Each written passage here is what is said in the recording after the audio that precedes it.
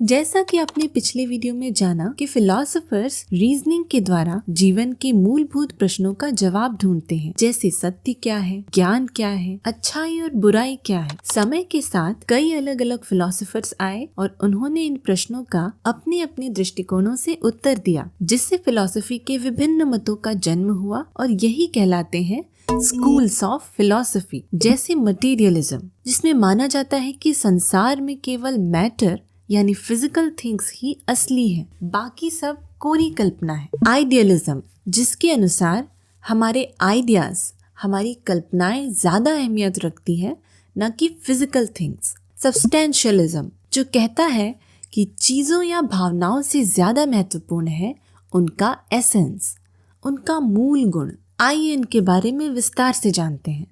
Materialism philosophy की वो विचारधारा है जो कहती है कि फिजिकल थिंग्स यानी एटम्स और मॉलिक्यूल्स से ही ब्रह्मांड की रचना हुई है और यहाँ जो कुछ भी होता है वो इन्हीं एटम्स और मॉलिक्यूल्स के इंटरैक्शंस का परिणाम है।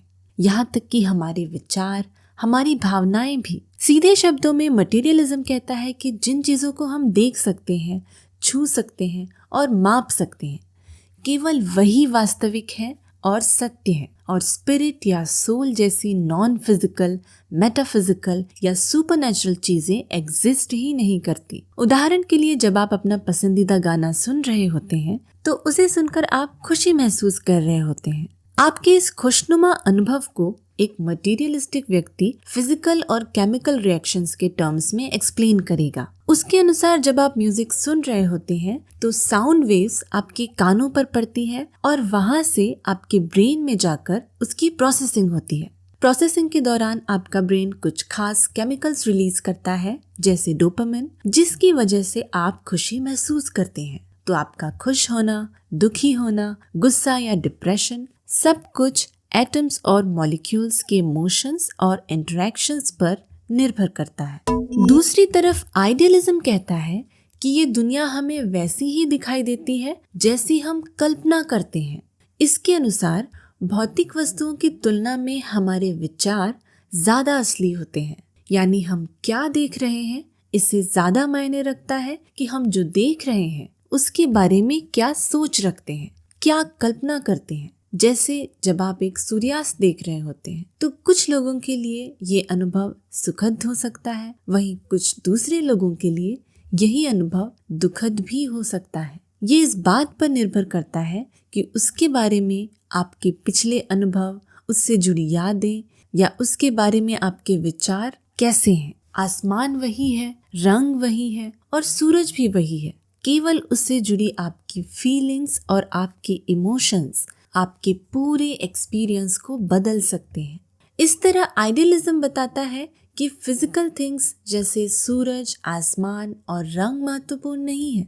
इन चीज़ों को हम किस नज़रिए से देखते हैं और कैसे महसूस करते हैं, दरअसल यही मायने रखता है। यहाँ हम कह सकते हैं कि आइडियलिज्म और मटेरियलिज्म एक दूसरे से बिल्कुल विपरीत विचारधाराएं हैं। बात करें सब्सटेंशियलिज्म की तो इसके अनुसार हर व्यक्ति, वस्तु या विचार अपना एक मूल स्वभाव या गुण रखता है जो कभी नहीं बदलता, जो उसे बाकी चीजों से अलग बनाता है, जो उसका सार है, उसका कोर है। समय के साथ साथ हो सकता है उसका स्वरूप बाहर से बदलता रहे, लेकिन वो कोर कभी नहीं बदलता। फिलॉसफी की भाषा में यही उसका सब्सटेंस कहलाता है और इसीलिए इस विचारधारा को सब्सटेंशियलिज्म कहा गया है। जैसे एक परिवार, केवल कुछ लोगों के समूह को हम परिवार नहीं कहते।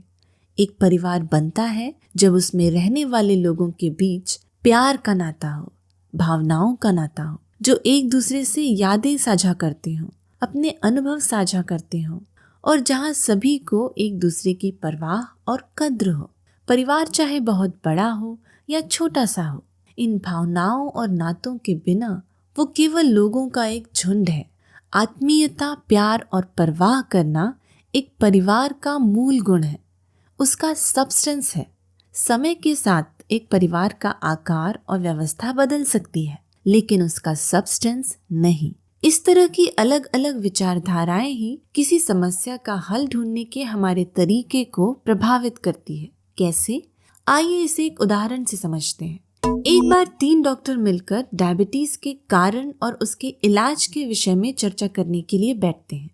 एक डॉक्टर मटीरियलिस्टिक विचारधारा का है, दूसरा आइडियलिस्टिक और तीसरा सब्सटेंशियलिस्टिक। मटीरियलिस्टिक डॉक्टर मुख्य रूप से बीमारी के फिजिकल और केमिकल एस्पेक्ट्स पर ध्यान केंद्रित करता है।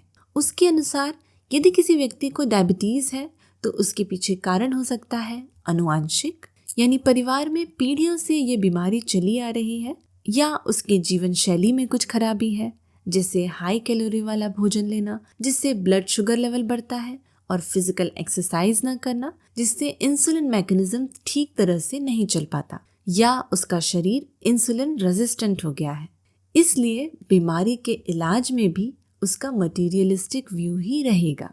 जैसे यदि शरीर में इंसुलिन नहीं बन पा रहा है तो एक्सटर्नल सोर्सेज से इंसुलिन देना, पेशेंट की जीवनचर्या में लो कैलोरी डाइट और एक्सरसाइज शामिल करवाना। इस पर आइडियलिस्टिक विचारधारा के डॉक्टर ने कहा कि हमारे विचार, हमारी मान्यताएं और हमारी सांस्कृतिक धारणाएं हमारी बीमारी में अहम भूमिका निभाती हैं। हम किस तरह के सामाजिक वातावरण में रहते हैं, हमारी मानसिक अवस्था कैसी है, यह भी हमारे रोग को प्रभावित करते हैं। इसलिए इसके इलाज के लिए भी डाइट और लाइफस्टाइल में सुधार के साथ साथ हमें पेशेंट की काउंसलिंग भी करनी होगी कि कैसे उसकी सोच, उसकी धारणाएं उसके शरीर और मन को प्रभावित कर रही हैं। हमें उसे बताना होगा कि किस तरह सकारात्मक सोच के साथ स्वास्थ्य के प्रति, सौंदर्य के प्रति और सामाजिक धारणाओं के प्रति जागरूक रहकर वो इन हानिकारक परिणामों से बच सकता है। वही सब्सटेंशियलिस्टिक डॉक्टर का बीमारी के बारे में होलिस्टिक और इंटरकनेक्टेड व्यू है। उसके अनुसार हमारा भोजन, हमारे विचार और जीवन शैली न केवल हमारे स्वास्थ्य पर प्रभाव डालते हैं बल्कि हम जिस इकोसिस्टम में रह रहे हैं उसे भी प्रभावित करते हैं, क्योंकि हम सभी आपस में जुड़े हुए हैं और एक दूसरे पर निर्भर हैं। तो यदि किसी बीमारी को समूल नष्ट करना है तो न केवल रोगी की शारीरिक और मानसिक परिस्थिति को सुधारना होगा बल्कि पूरे इकोसिस्टम को व्यवस्थित रखना होगा, जिसमें भोजन के उत्पादन से लेकर उसके उपभोग और वेस्ट मैनेजमेंट तक की पूरी प्रक्रिया शामिल है। यानी जिस भोजन का हम उपभोग कर रहे हैं उसे किस तरह से उगाया जा रहा है, उसका भंडारण किस तरह से किया जा रहा है, उसे कैसे पकाया जा रहा है और कैसे खाया जा रहा है, जिस वातावरण में हम सांस ले रहे हैं वहाँ की शुद्धता और स्वच्छता का क्या स्तर है, क्या उस इकोसिस्टम में खाद्य श्रृंखला ठीक तरह से चल रही है, जिन लोगों के बीच हम रह रहे हैं उनमें शारीरिक और मानसिक स्वास्थ्य के प्रति, जीवन मूल्यों और नैतिक मूल्यों के प्रति कितनी जागरूकता है। इन सभी स्तरों पर सुधार की आवश्यकता होगी, तभी हम एक स्वस्थ, समृद्ध और जागरूक समाज की स्थापना कर सकते हैं। ये उदाहरण हमें समझाता है कि किस तरह हमारी अलग अलग विचारधाराएं एक ही बीमारी को समझने के हमारे दृष्टिकोण को बदल देती हैं। आप इनमें से किस विचारधारा से सहमत हैं और आपके अनुसार होम्योपैथी इनमें से किस विचारधारा से संबंध रखती है? कमेंट कर हमें बताएं। तो आज हमने जाना स्कूल्स ऑफ फिलॉसफी क्या होते हैं, इनकी उत्पत्ति कैसे हुई, मटीरियलिज्म, आइडियलिज्म और सब्सटेंशियलिज्म क्या है। हमें उम्मीद है कि फिलॉसफी की ये सीरीज आपके लिए मददगार साबित हो रही है। आगे आने वाले वीडियोस में हम जानेंगे कि होम्योपैथी फिलॉसफी के किस स्कूल से संबंध रखती है और इसकी उत्पत्ति में फिलॉसफी की क्या भूमिका है। तो जल्दी मिलते हैं अगली वीडियो में ढेर सारी रोचक जानकारियों के साथ।